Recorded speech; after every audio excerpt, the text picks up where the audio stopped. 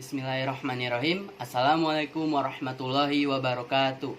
Perkenalkan, nama saya Azriel Muhammad Gifari dari kelas 12 IPS 3.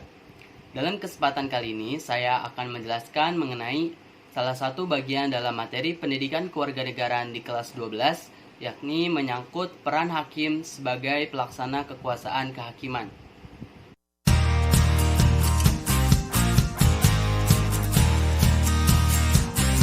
Negara Indonesia adalah negara hukum. Begitulah istilah yang kita ketahui sebagaimana disebutkannya dalam Undang-Undang Dasar Negara Kesatuan Republik Indonesia tahun 1945 pasal 1 ayat 3 setelah diadakannya amandemen 1945. Lalu, apa peran hakim sebagai pelaksana kekuasaan kehakiman di Indonesia?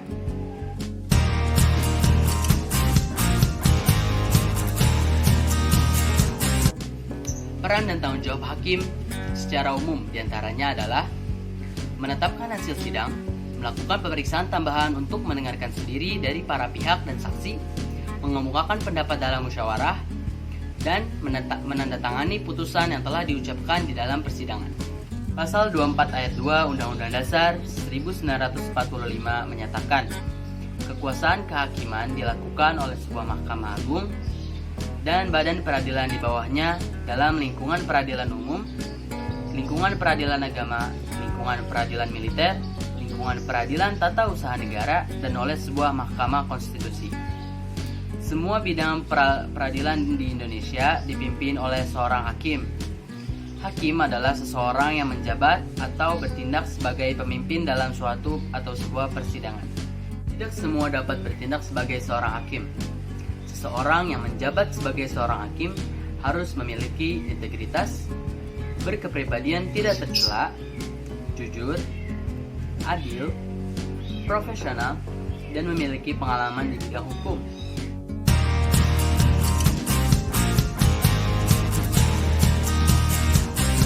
Peran hakim di berbagai bidang peradilan. Yang pertama adalah peran hakim di bidang pengadilan umum atau pengadilan sipil, yaitu menyelesaikan masalah secara umum, baik masalah pidana maupun masalah perdata.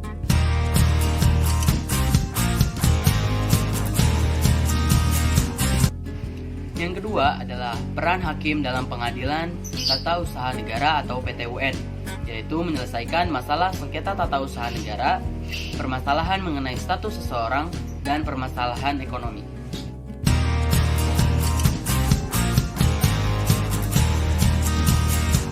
Yang ketiga adalah peran hakim dalam pengadilan agama, yaitu menyelesaikan masalah yang berhubungan dengan agama seperti hak waris, pembagian harta, dan perceraian sebagaimana yang telah ditentukan pada Undang-Undang Nomor 7 Tahun 1980.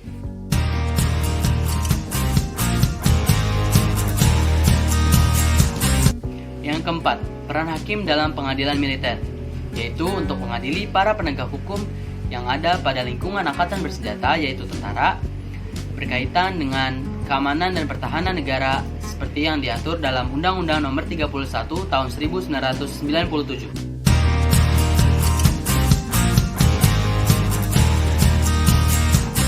Yang terakhir adalah peran hakim dalam pengadilan tindak pidana korupsi, yaitu untuk mengadili masyarakat dan pejabat yang melakukan tindak pidana korupsi sebagaimana yang telah ditentukan dalam Undang-Undang Nomor 30 Tahun 2002 dan telah ditetapkan dengan keputusan Presiden Nomor 59.